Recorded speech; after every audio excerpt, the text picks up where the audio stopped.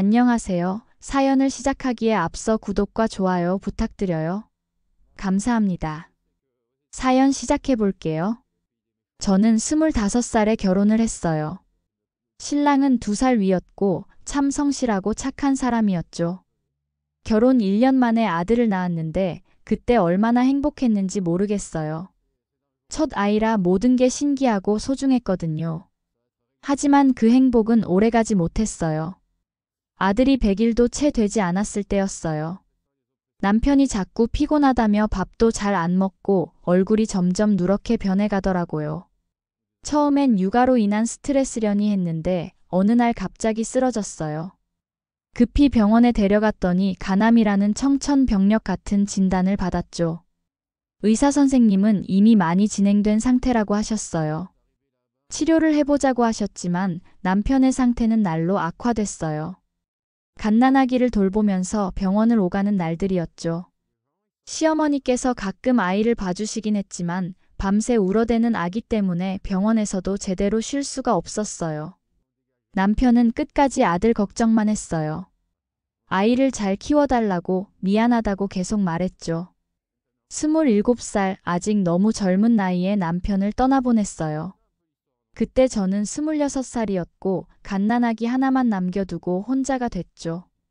장례를 치르고 나서야 현실이 느껴졌어요.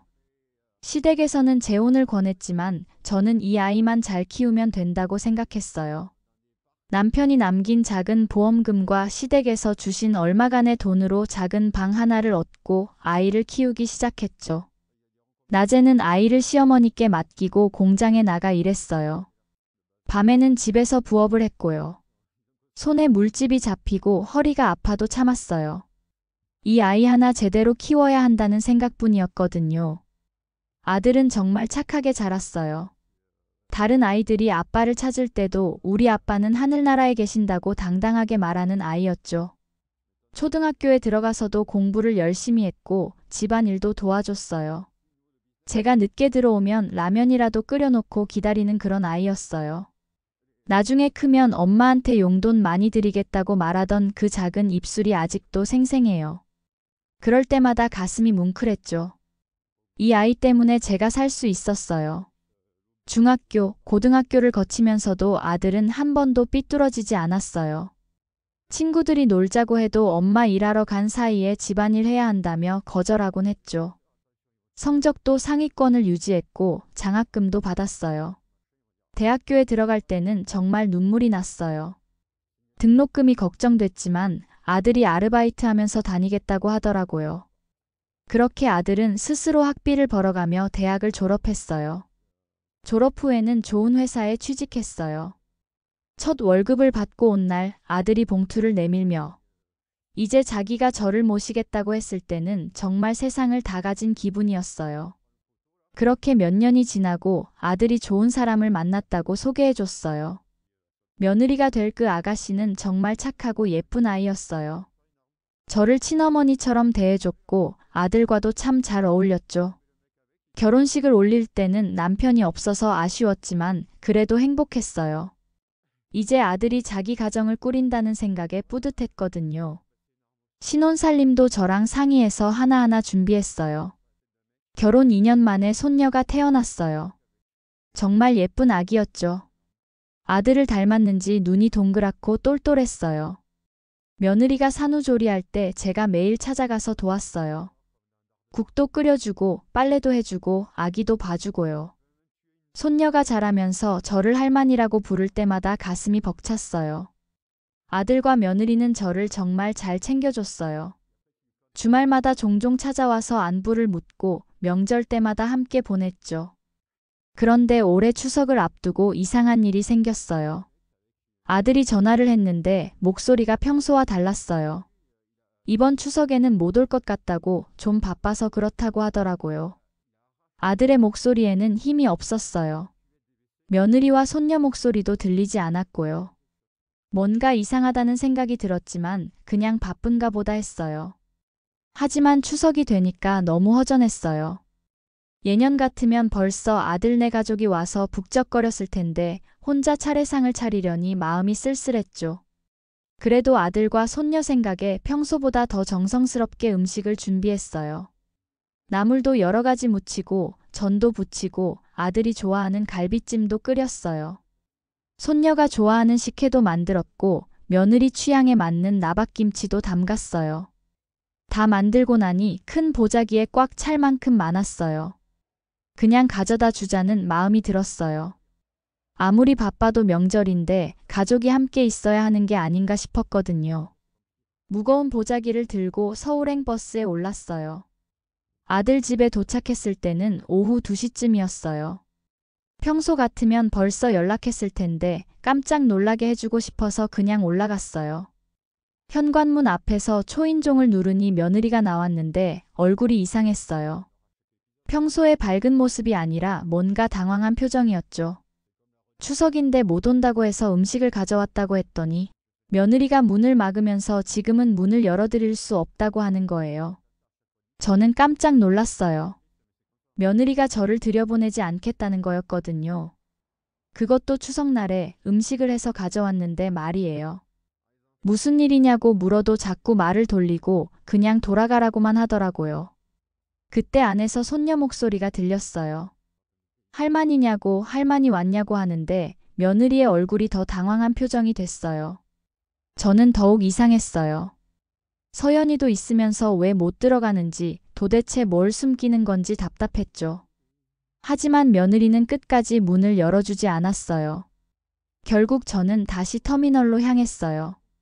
며느리가 차로 데려다 줬지만 내내 미안하다는 말만 반복했을 뿐 이유는 말해주지 않았어요.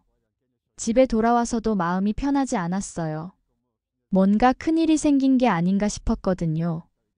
아들이 연락도 안 하고 며느리는 저를 들여보내지도 않고 이런 일은 처음이었어요. 며칠이 지나도 연락이 없어서 견딜 수가 없었어요. 손녀가 너무 보고 싶기도 했고 정말 무슨 일인지 알고 싶었거든요. 그래서 며느리에게 영상통화를 걸었어요.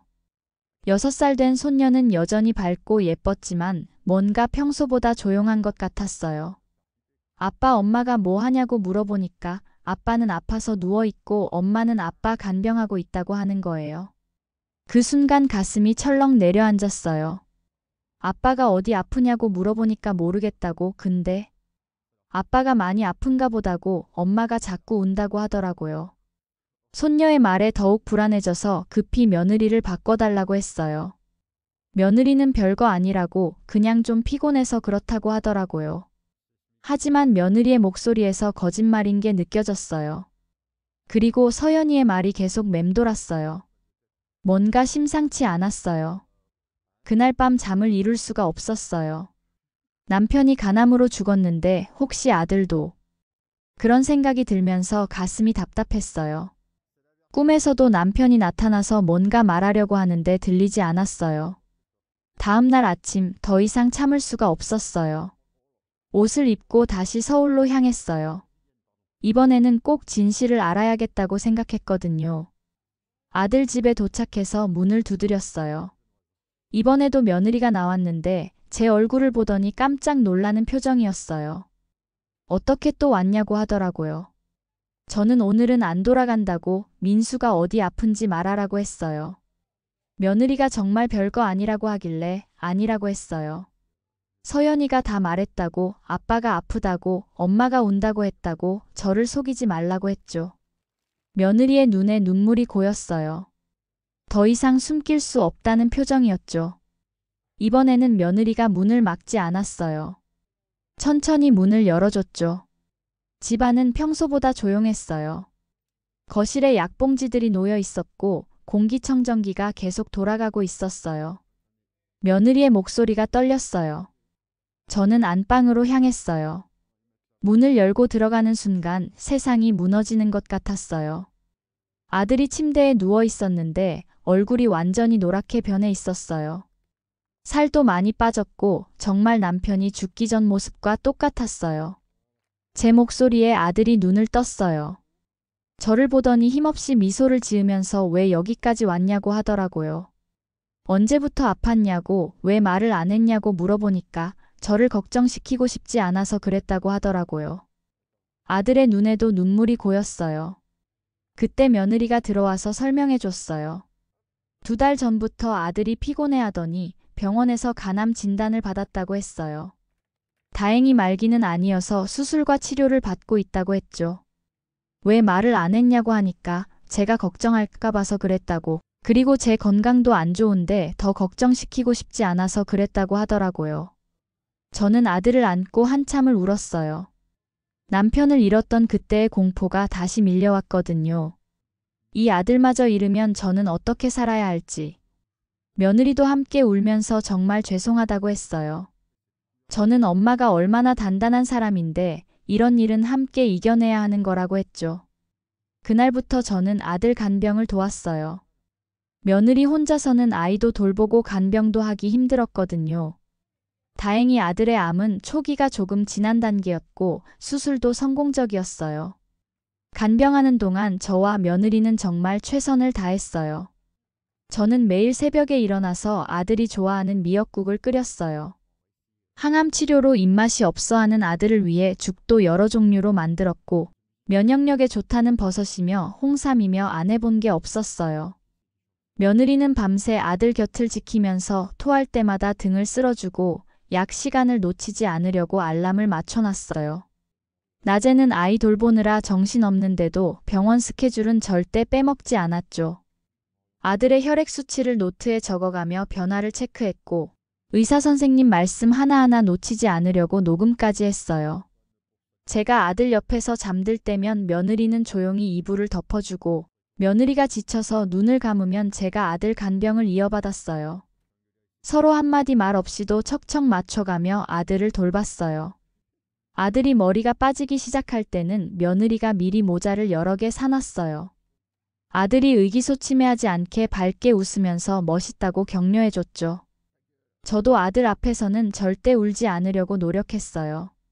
화장실에 가서 몰래 울고 나와서는 괜찮다고, 금방 나을 거라고 계속 말해줬어요. 항암 치료를 받는 동안은 정말 힘들었어요. 아들이 토하고 밥도 못 먹을 때는 저도 함께 울었어요. 하지만 포기하지 않았어요. 좋다는 음식은 다 해서 먹였고 병원 스케줄도 빠뜨리지 않았죠. 며느리는 인터넷으로 간암에 대해 공부하고 같은 병을 앓는 사람들의 카페에서 정보를 얻어왔어요. 어떤 음식이 좋은지, 어떤 운동을 해야 하는지, 부작용은 어떻게 관리해야 하는지. 저보다 더 열심히 공부했어요. 2년간의 치료 끝에 아들은 호전되었어요. 의사 선생님이 이제 많이 호전돼서 정기적인 검사만 제대로 받으면 괜찮을 거라고 말씀해 주셨을 때는 정말 하늘에 감사했어요. 그동안 얼마나 기도했는지 모르겠어요. 호전되고 나서 아들이 많이 달라졌어요. 예전보다 훨씬 더 밝아졌고 저와 며느리에게 더욱 잘해줬어요. 병원에서 돌아온 첫날 아들이 저와 며느리 손을 잡고 정말 고맙다고, 사랑한다고 몇 번이나 말했어요. 죽을 뻔했던 경험 때문인지 모든 것에 감사하는 마음이 생겼다고 하더라고요. 이전에는 조금 무뚝뚝했던 아들이 이제는 하루에도 몇 번씩 안부 전화를 해요. 저에게는 매일 아침 좋은 아침이라고 문자를 보내고 며느리한테도 고맙다고, 사랑한다고 자주 표현해요. 손녀에게도 전보다 훨씬 더 다정해졌고요. 회사에서 돌아와서도 며느리가 집안일 하는 걸 도와주고 서연이 숙제도 같이 봐주고 저한테도 자주 찾아와서 안부를 물어봐요. 건강할 때는 당연하게 생각했던 일상이 얼마나 소중한지 깨달았다고 자주 말해요. 며느리도 그동안의 고생이 거짓말처럼 밝아졌어요. 아들이 완치됐다는 안도감 때문인지 예전보다 더 웃음이 많아졌어요. 저에게도 더욱 다정해졌고 자주 찾아와서 이야기도 나누고 같이 요리도 해요. 지금은 아들이 완전히 회복했어요. 얼굴도 다시 생기가 돌고 체중도 늘었어요. 회사도 복직해서 열심히 다니고 있어요. 동료들이 놀랄 정도로 일에 대한 열정도 더 커졌다고 해요. 그 일이 있고 나서 저희 가족은 더욱 끈끈해졌어요. 아들과 며느리는 이전보다 더 자주 안부를 묻고 더 자주 찾아와요. 서연이도 할머니를 더 좋아하게 됐어요. 아들은 나중에 정말 죄송했다고 사과했어요. 저는 그저 마음을 이해한다고, 앞으로는 뭐든지 함께 이야기하자고 했죠. 며느리도 정말 감사하다고 제가 없었으면 어떻게 했을지 모르겠다고 했어요. 저는 당연한 일이라고 우리 가족이잖냐고 했죠. 지금 생각해보면 그때의 고생이 오히려 저희 가족을 더 가깝게 만든 것 같아요. 서로를 더 소중하게 생각하게 됐고 건강이 소중함도 깨달았죠. 아들이 아플 때 며느리가 문을 열지 않았던 이유도 이제는 충분히 이해해요. 저를 걱정시키고 싶지 않았던 마음, 혹시나 충격을 받을까봐 걱정했던 마음. 다 사랑해서 나온 일이었으니까요. 요즘은 매주 아들네 가족과 함께 시간을 보내요. 서연이는 이제 초등학교 1학년이 됐는데 할머니에게 학교 일기를 들려주곤 해요. 아들과 며느리는 저의 건강을 더욱 세심하게 챙겨주고요. 아들이 이제 자기가 저를 모시겠다고 말할 때마다 그동안의 모든 고생이 보상받는 기분이에요. 남편을 일찍 잃고 혼자 아들을 키우느라 힘들었지만 이렇게 좋은 아들로 키워낸 제 자신이 자랑스러워요. 지난 추석에는 온 가족이 함께 모여서 차례도 지내고 맛있는 음식도 나눠 먹었어요. 작년에 못 왔던 그 아쉬움까지 다 달래주는 따뜻한 시간이었죠. 아들이 건강하게 회복된 지금 저는 정말 행복해요. 세상에서 가장 소중한 사람들이 모두 건강하고 행복하니까요. 앞으로도 오래오래 이런 행복이 계속되길 바라면서 매일매일 감사하는 마음으로 살아가고 있어요. 때로는 힘든 일이 생기는 게 오히려 가족을 더 소중하게 만드는 것 같아요. 저희 가족이 그랬거든요. 이제는 어떤 일이 있어도 함께 이겨낼 수 있다는 믿음이 있어요. 그게 가족이니까요. 제 긴 이야기를 끝까지 들어주셔서 감사합니다. 구독과 좋아요, 알림 설정까지 잊지 마세요.